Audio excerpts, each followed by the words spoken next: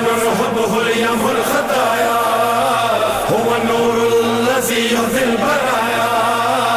حسين حبه اليم الخطايا هو النور الذي يهدي البرايا منه لا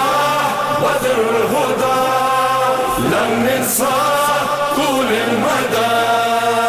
عبد الله يا زهرة ما ننسى حسينا عبد الله يا زهرة ما ننسى حسينا عبد الله يا زهرة ما ننسى حسينا عبد الله يا زهرة ما ننسى حسينا. عزاداران حسین ذکر سید شہید کربلا ہے، ذکر مظلوم کربلا ہے، ورود کربلا ہے. ہمارے 2 محرم کی اس مجلس میں ہم آپ کے ساتھ ذکر کر رہے ہیں وہ مصائب جو کہ مولا مظلوم کربلا پہ کربلا میں ورود ہوتے ہی جس کا احساس کر لیا گیا، اور ثانیہ زہرا کی کیا گفتگو رہی ہے حسین ابن حیدر علیہ السلام سے، اور اصحاب حسین کی کیفیت اور اہل بیت اطہار کی جو کیفیت تھی میدان کربلا میں، اور ان ماؤں کے جذبوں کو ہم سلام کہہ رہے ہیں آج کے اس پروگرام کے تھرو آپ تک پہنچا رہے ہیں کہ اگر ہم حسینی مزاج رکھتے ہیں تو جیسے خواہر عروج نے میں بریک سے پہلے بتایا کہ کربلا میں ہر ماں کی خواہش یہ تھی کہ میرے فرزند پہلے اسلام پہ قربان ہوں. عشق الہی کا وہ منظر دیکھنے میں آتا ہے کہ جہاں پہ ہر کسی کی خواہش ہے میں وقت کے امام کی نصرت پہلے کروں. وقت کے امام کی نصرت نصرت الہی ہے، اور نصرت الہی کے لیے حسینی مزاج ہونا بہت ضروری ہے.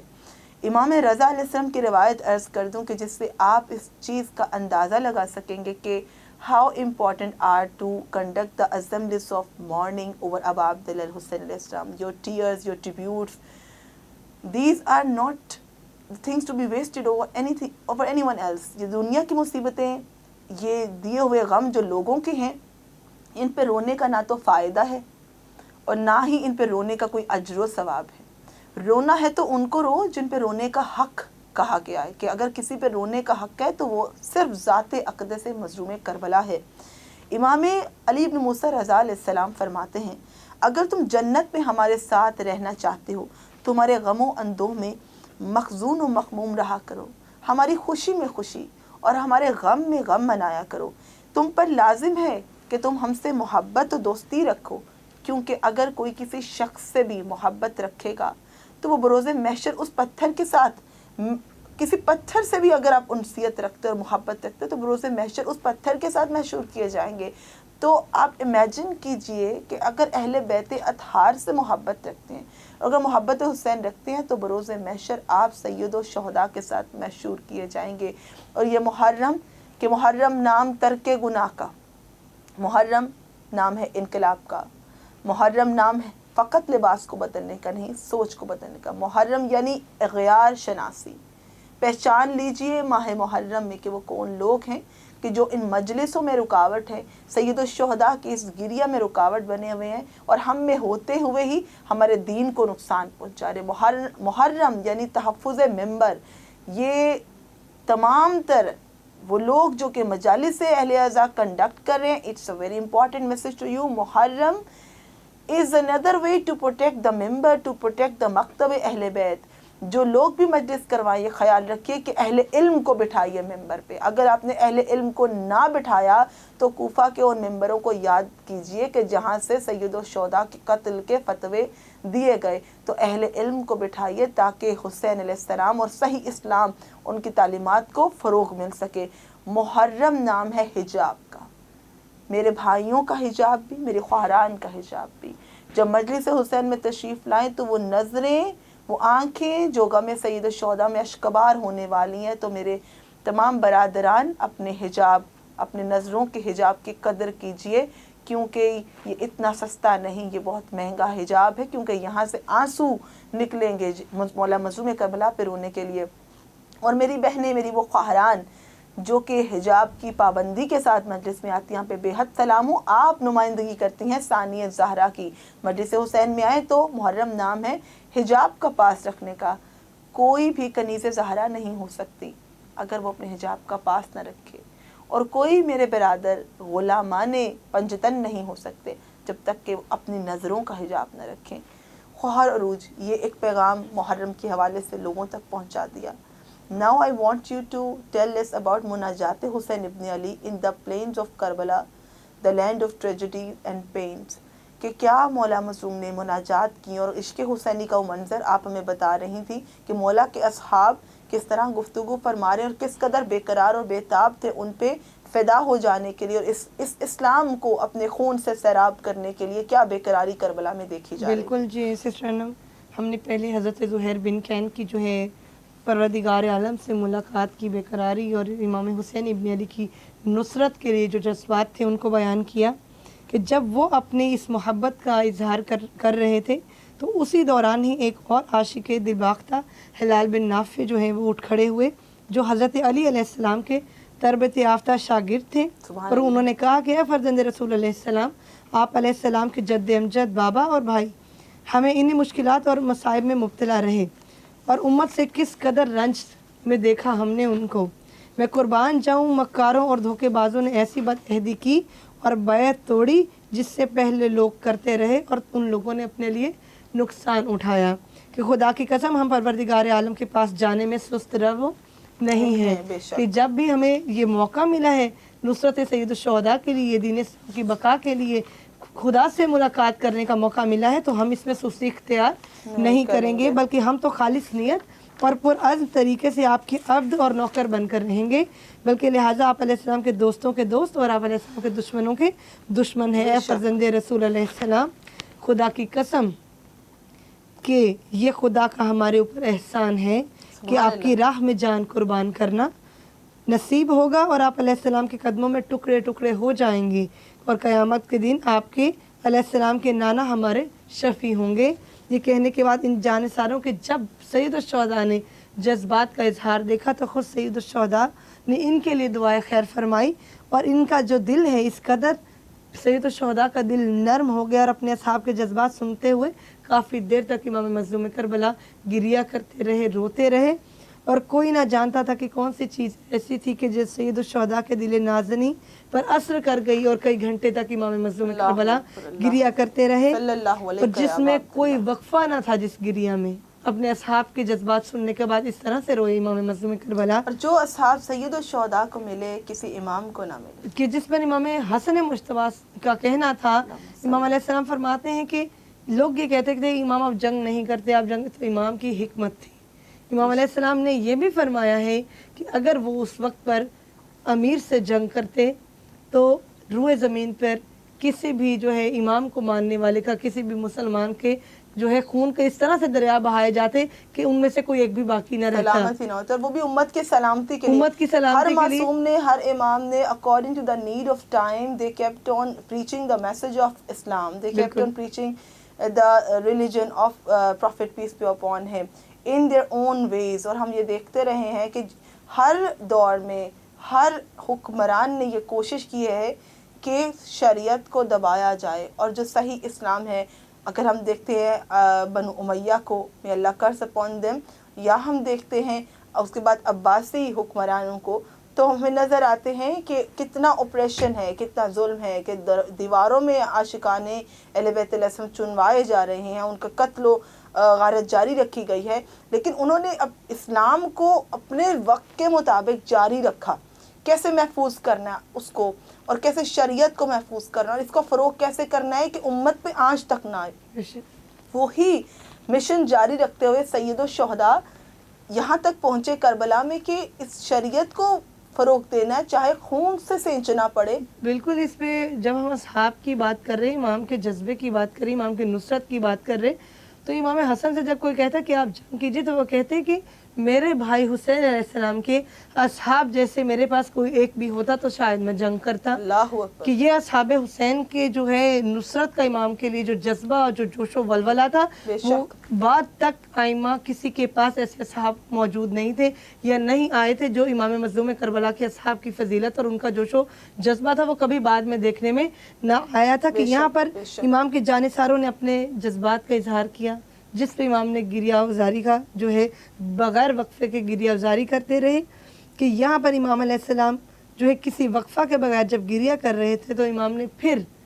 پروگرام کے اختتام سے پہلے ایک مرتبہ پھر امام علیہ السلام کی پروردگار عالم سے ایک اور مناجات کا میں تذکرہ اور بیان کرنا چاہوں گی، کہ امام نے اپنے چہرے کو بلند کیا اور حق سبحانہ سے مناجات شروع کی، اور ایسے دکھی انداز میں مناجات کی کہ محبوں کے دل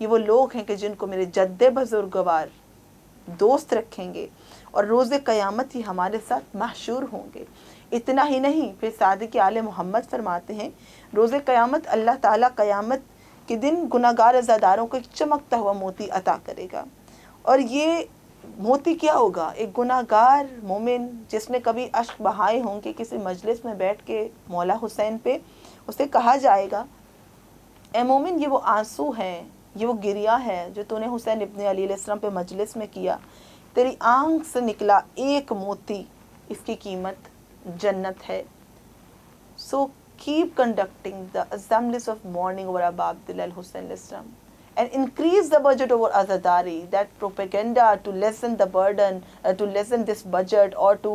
decrease in this budget, this is just a propaganda over the Majalis Hussein alayhi salam. If you want to succeed and if you want to carry on the mission of Abu Abdullah al-Hussein alayhi salam, you must spend more on it. کیونکہ ہمارے مجلس میں کوئی پابندی نہیں ہے، کوئی فقہ کسی مکتب کی پابندی نہیں ہے۔ جو آتا ہے نیاز حسین سے فیضیاب ہو، جو آتا ہے سبیل ابوالفضل عباس، سبیل سکینہ سے فیضیاب ہو، تو جو یہاں ماتم کرتے ہیں اس دنیا میں اور جو جہاں مجلس عذاب بپا کرتے ہیں وہ آخرت میں بھی بپا کرتے نظر آئیں گے۔ جگہ جگہ کر کے حسین کا ماتم، جگہ جگہ کر کے حسین کا ماتم، میں مسافرت کو بھی اپنا وطن بنا لوں گا۔ فرشتے پڑھیں گے نوحہ، میں کروں گا ماتم، فرشتے پڑھیں گے نوحہ، میں کروں گا ماتم، میں لحد میں بھی ایک انجمن بنا لوں گا۔ This is your host Syeda Anam Fatima Naqvi with my respected guest سیدہ عروج Fatima Naqvi from the program شان ولایت ولایت ٹی وی یس لاہور اسٹوڈیو۔ التماس دعا اللہم ارزقنا زیارت الحسین فی ارض کربلا، اللہم ارزقنا شفاعت الحسین فی یوم الورود۔ حسين حبه اليم الخطايا هو النور الذي يهدي البرايا، حسين حبه اليم الخطايا هو النور الذي يهدي البرايا، منه لا بدر الهدى لن ننسى طول المدى، عبد الله يا زهرة ما ننسى حسينا، عبد الله يا زهرة ما ننسى حسينا، عبد الله يا زهرة ما ننسى حسينا، عبد الله يا زهرة ما ننسى حسينا.